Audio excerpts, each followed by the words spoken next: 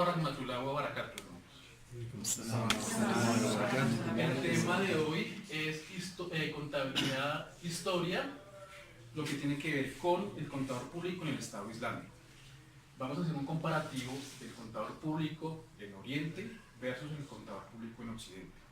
Las suras están está específicamente Sura 23, la Sura de los creyentes en la ley 102, en la Sura 24, la Sura de la luz en la ley 37, donde habla sobre la balanza y la equivalencia. El zakat está estipulado 34 veces en el Sagrado Corán. Es un mandamiento obligatorio por parte de Allah cumplir con el zakat. Entonces, nos podemos estar fijando que hay algunas similitudes de Oriente con referencia a Occidente que tiene que ver con el resguardo del zakat. Uno específicamente es del 10%. El 10% en el Oriente se refiere a las empresas. En Occidente, el 10% se refiere a la reserva legal que tiene que hacer cada empresa. El único inconveniente que hay, por lo menos hablando de la reserva legal aquí en Colombia, es que es el 10% que va hasta el 50% del patrimonio del capital autorizado o del aporte social. Cuando la empresa llega a ese 50%, la reserva legal se acaba. Entonces eso hace que muy posiblemente las personas que manejan esa reserva legal lo presenten a diferentes entidades como un tecnicismo, más no como una realidad. Entonces, la reserva legal y el zakat no pueden ser tecnicismos, tiene que existir. Si no existe el zakat en lo real, es como si el zakat no hiciera ningún tipo de efecto. Esa es prácticamente una suna, tiene que existir el zakat. Llevando a esto, seguimos con la justicia y el balance entre los interesados. Hay balances que se muestran según ciertos requerimientos judiciales y o estatales, más que todo lo que tiene que ver con la parte impositiva. El zakat en el Oriente es un impuesto. Aquí también hace las veces de impuesto. Lo que sucede es que en Occidente el zakat o impuesto es muchísimo mayor, llevando a esto a una usura. Si ustedes se han podido dar cuenta, cada año aquí en el país se hace una reforma tributaria. Por lo general es el aumento en las tarifas, como el impuesto al valor agregado que es el IVA, la retención en la fuente, las tarifas que tienen que ver con el arriendo de un inmueble, los vehículos, la tasa, la canasta familiar. En Oriente se mantienen igual, Uno, eso. Siempre tenemos que el contador público está facultado para calcular los resultados por medio de los movimientos contables que ordena la Sharia y ordena la Sunna. ¿Cuál es la diferencia de Oriente a Occidente? Que en Oriente el comerciante gana y también al mismo tiempo el comprador. El vendedor y el comprador van ganando. En Occidente uno de los dos pierde, sea por un tipo de maniobra que no es tan ideal en la forma de hacer los negocios. Aquí, ¿qué pasa? ¿Qué pasa específicamente con el contador público? El contador público en Oriente tiene muchas responsabilidades y tiene una responsabilidad ante Allah. Aquí en Occidente tiene la responsabilidad ante diferentes tipos de organizaciones, comenzando específicamente por la Dirección de Aduana e Impuestos Nacionales, que es como el organismo al cual el contador público le tiene que rendir cuentas. No le rinde cuentas a Allah, le rinde cuentas a una organización que tiene diferentes tipos de manejos que emite diferentes tipos de conceptos, de los cuales algunos pueden ser errados, otros no. Todo va de acuerdo a algo que se llama un sistema económico neoliberal, que ha estado desde tiempos históricos, que eso es lo que más adelante vamos a poder ver, de los cuales pues yo les voy a explicar con unos ejercicios básicos para que pues entiendan un poquito mejor la dinámica contable. ¿Qué es lo que sucede? Anteriormente, el contador público en Colombia era un simple tenedor de libros. Con la ley 43 del 90, se tipifica y se reglamenta la carrera del contador público en su esencia. Vienen unos decretos, como el decreto 2649, que es el estatuto que es el régimen para los comerciantes, y el 2650 para el plan único de cuentas. Este plan único de cuentas es un plan donde vienen diferentes tipos de dígitos, desde el dígito 1 hasta el dígito 9. Se organizan libros auxiliares que nos ayudan a armar unos estados financieros, de los cuales el contador público en Occidente da fe, publica que toda esa información es veraz y que todos los hechos contables son verídicos.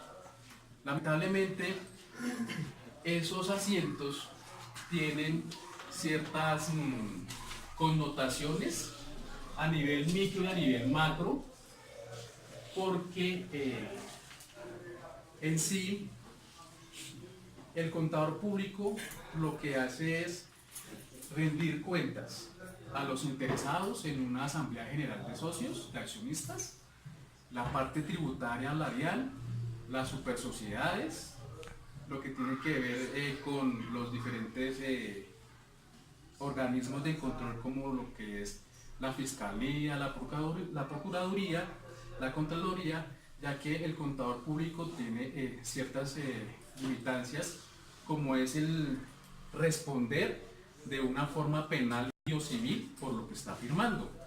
Eso cabe dentro de la ética de la carrera del contador público.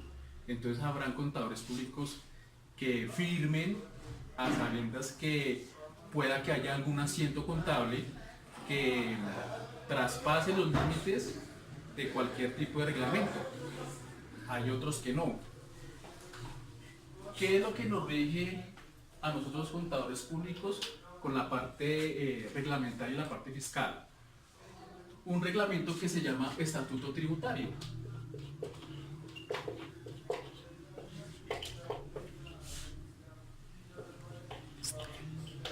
Este Estatuto Tributario tiene diferentes tipos de artículos, diferentes tipos de normas, decretos, parágrafos, conceptos del Consejo Superior de la Judicatura.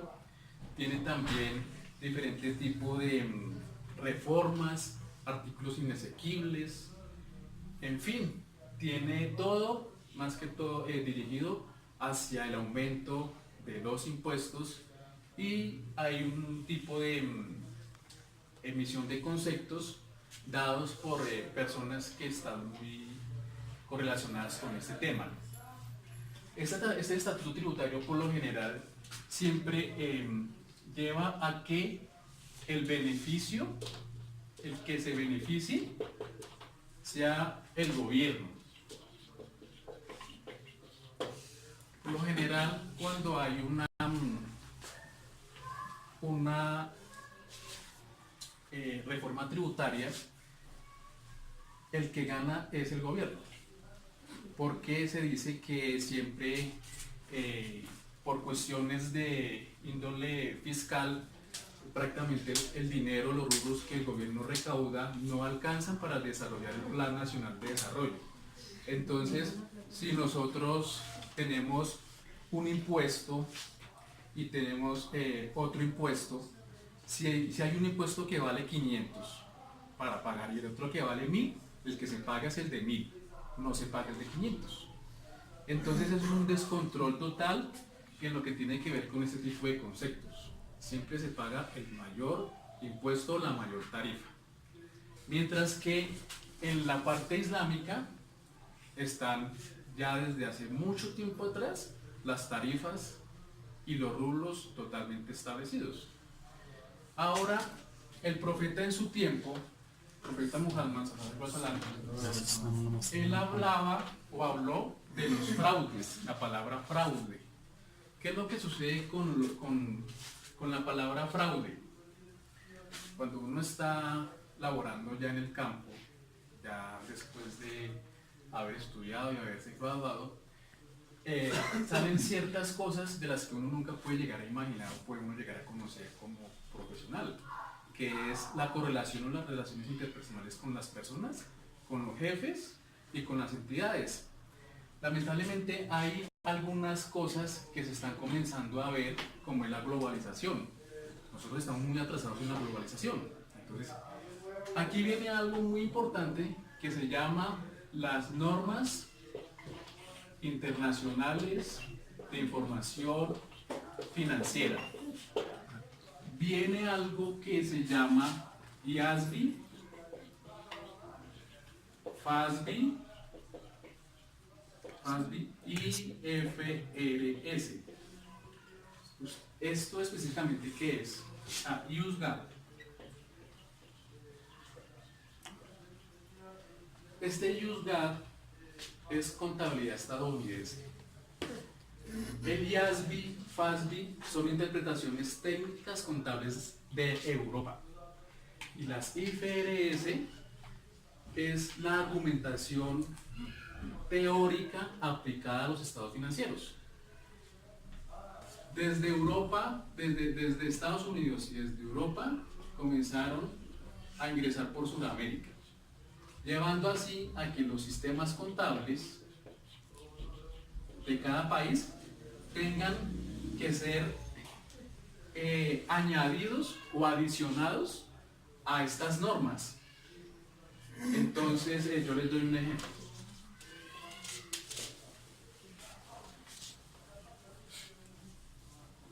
Viene algo que se llama valor razonable. Norma IFRS FASB.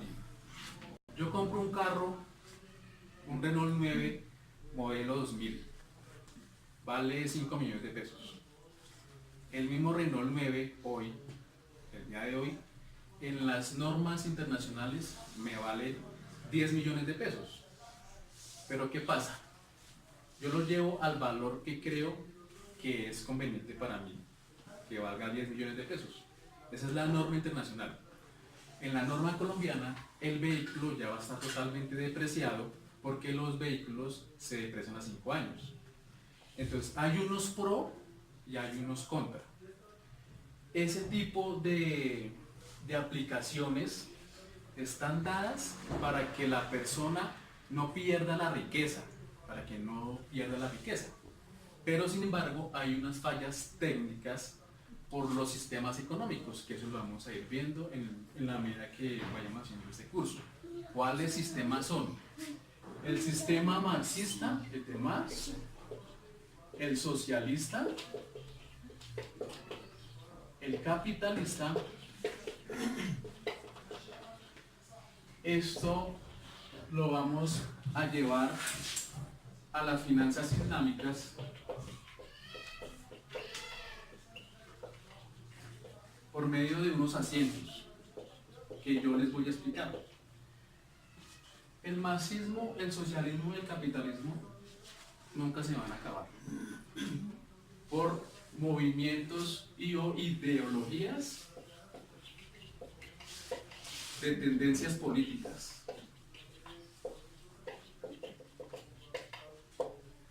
Ahora, ustedes dirán, ¿cómo se están comportando los sistemas financieros del Islam hacia este tipo de sistemas en el mundo? Si nosotros tenemos 300 países, ejemplo, que aplican lo de Marx, el comunista, otros 600, otros 900, uno, y de 1000 dan 50, ¿cómo va a afectar la parte financiera de la oferta y demanda, del comercio, el trueque, llamémoslo el término que sea, con referencia a la producción de bienes y servicios y de las ganancias? Porque todos estos sistemas fueron dados nada más para unos enriquecer a unos pocos y reducir los ingresos de otros. Otros para que todos fueran iguales.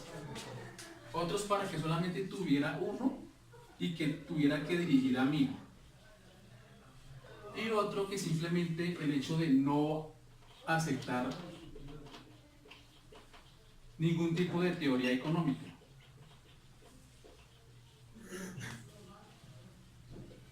Entonces aquí, ¿cómo participan las finanzas islámicas hacia este tipo de temas? ¿O cómo va a comenzar a participar? Por medio de unas unas, por medio de unas charias, por medio de algo, unos términos que son muy sencillos, que es la no usura,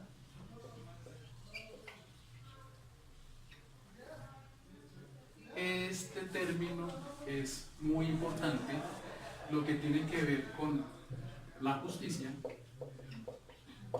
la balanza y la equivalencia.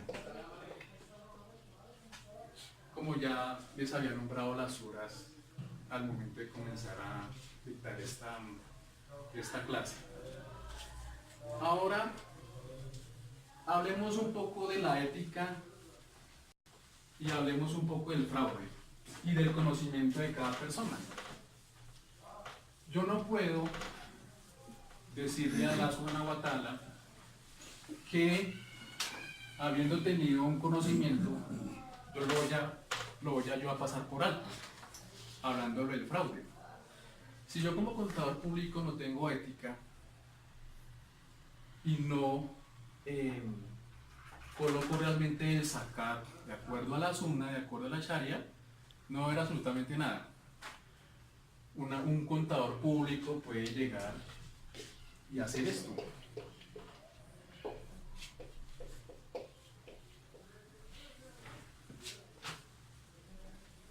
Entonces, el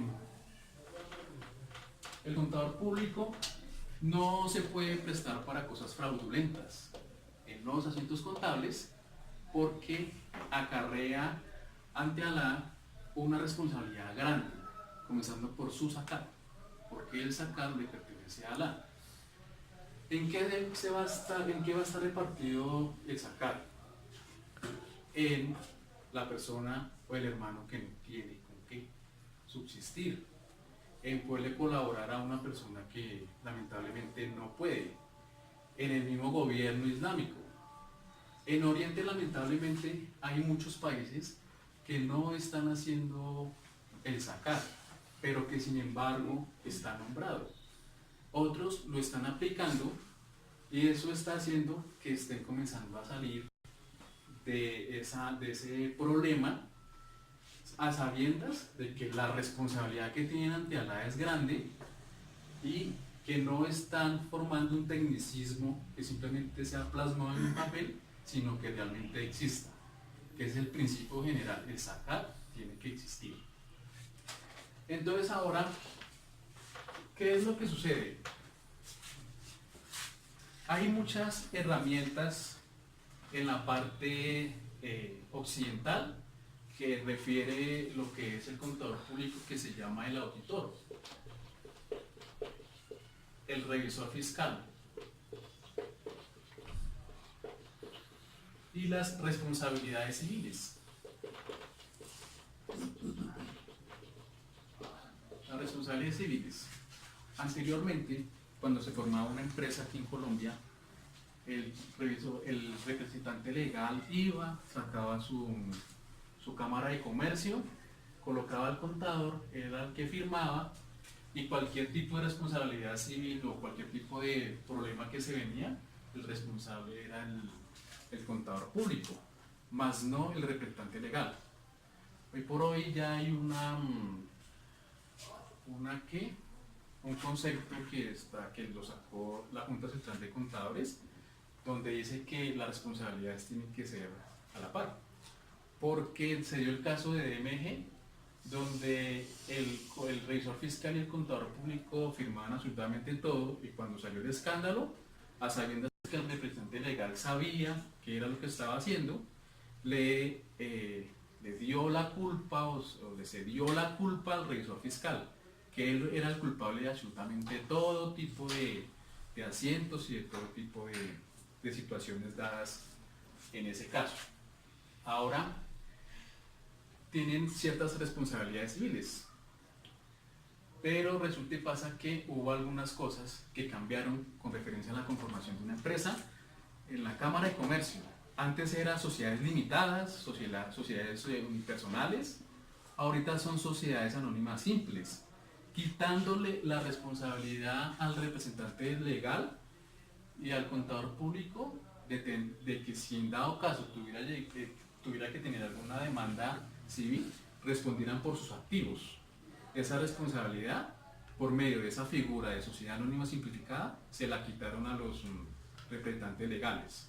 Por eso es que en muchas ocasiones los representantes legales que forman una persona que forma una sociedad anónima simple, que es lo más fácil que puede una persona hacer aquí en Colombia, puede llegar y hacer cualquier cantidad de desfalcos y robos, y no va a tener mucha injerencia en ese aspecto, porque lamentablemente las leyes no están tan bien diseñadas para ese tipo de cosas. Entonces, la mentalidad de nosotros lamentablemente es evadir ese tipo de cosas y no tener ningún tipo de responsabilidad.